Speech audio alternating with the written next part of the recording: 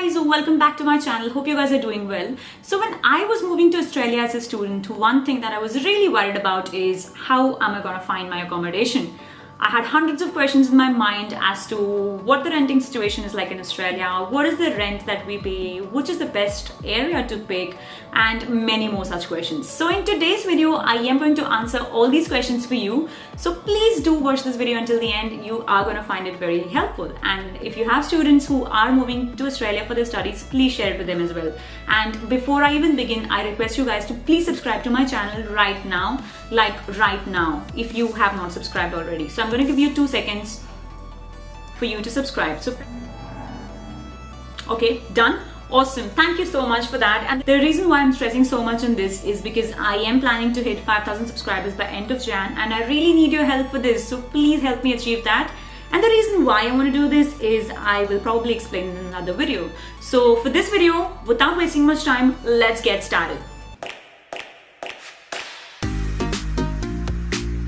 Just so you guys know, for any student who is coming here as an international student in Australia, all your universities that you have enrolled in will have an option of providing you a student accommodation. But 80 to 90% of the student do not opt to go for the student accommodation because of the pricing involved.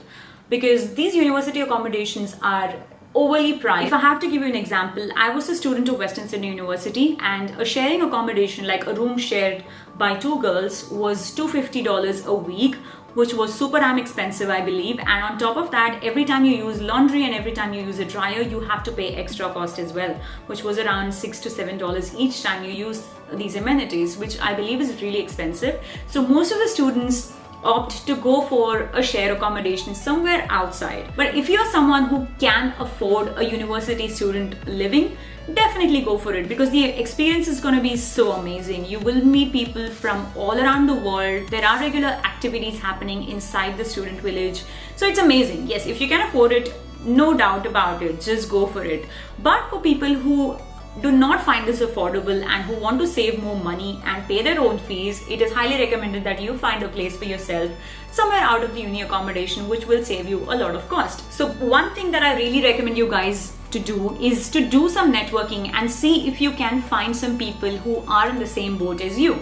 And how you can do it is you can probably talk to your education consultant, because I believe 90% of the people who come abroad as a student go through an education consultant. So you can ask your education consultant to put you through people who are going to be coming to Sydney, for example, around the same period of time, or who have come here already last year or a couple of months before you, because that will really help you. You can contact those students who are here already and probably can ask them for help if they can assist you with finding the right accommodation, or if they have a spare room in their house, you can probably just jump in and share with them. If this does not apply to you, say you're in a circumstance where you are not able to get in touch with any of the old students, try a Facebook group. If nothing works for you, I would recommend you to book an Airbnb for yourself for 25 to 30 days. Airbnb is cheaper than most of the hotels, like it's 50% less than what a hotel would ask you for each night, and there's long-term discounts available as well. So if you're booking a place for 30 days, you will get 20% or 30% off sometimes. It depends.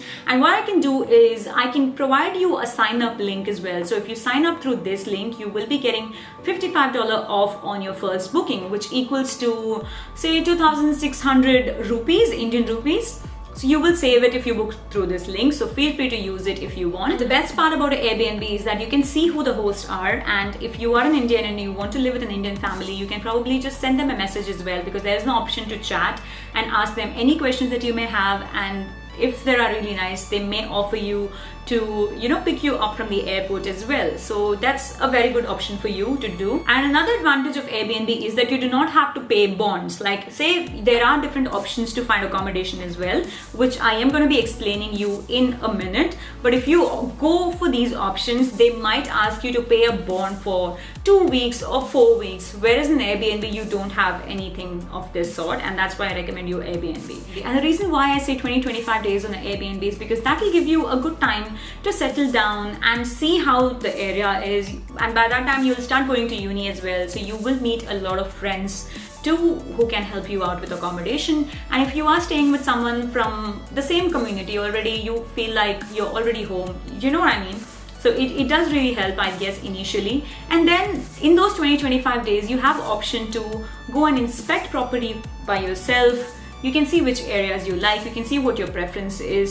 So this, I guess, will be really helpful. And to find accommodation, the very popular websites that you can use is Gumtree, there's Facebook Marketplace, there's flatmates.com, and there's sharehouses.com. So you can book in an inspection time and go and see the place, and if you like it, you can commit to staying there for say 6 months or 3 months or whatever it's like. But for most of these accommodation, there is going to be a bond, like I mentioned before, for 2 weeks or 4 weeks. For example, if your weekly rent is $150, and when they ask you for 2 weeks bond, is what they mean is you deposit 2 weeks in advance. So $300 is what you will be giving as bond, and then you start paying your weekly rent, which is $150. This is just an example, but just for your clear understanding.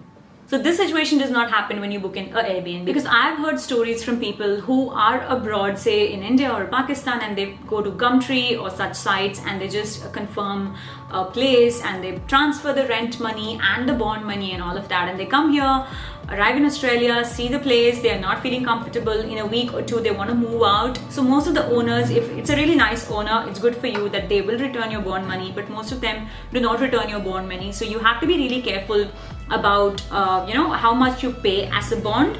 So it's always better to see the place, like it, and then commit to stay for a long time. So a lot of that thing happens as well, which we don't want to get into situations like this. Now let's talk about choosing the right area to live in. So choosing the right area completely depends on where your university is and how many times are you required to go to the university. For example, if you have to go to uni for just 2 days a week and say your university is situated in the city, you can definitely opt to live somewhere away from the city where the rent is way lesser. If I have to give you an example of Sydney, say your uni is in city, you can live in areas like Parramatta, Westmead, Wentworthville, Pendle Hill, Blacktown. So all these areas are towards the west and the rent is significantly cheaper. So this is one thing that you want to keep in mind. And the second thing is proximity to public transport. So any place that you decide to live in, make sure that it is close to public transport or train station, because that's really important, because you can travel anywhere in Sydney.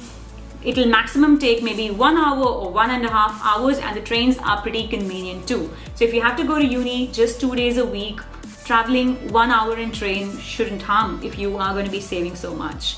So make sure you keep that in mind too. And the best thing to do is, say after a month or 2 of you settling down in Australia as a student, you can make a group of friends, say 4 to 5 friends, and you all can, rent a townhouse or a house or an apartment or whatever is convenient for you, and all of you guys can live together, which is the best way and also works out really cheap. If I have to tell you my story, I was paying like $60 a week rent in Sydney in Wentworthville, which is so cheap, right? So these are the ways how you can save money. And I wanted to share this with you so that, it really helps you guys as well. That's all for today's video. I hope you guys enjoyed it. Please press the like button if you liked it, and please subscribe as well, like I mentioned. And I'll see you again very soon with another video. Until then, take care. Bye-bye.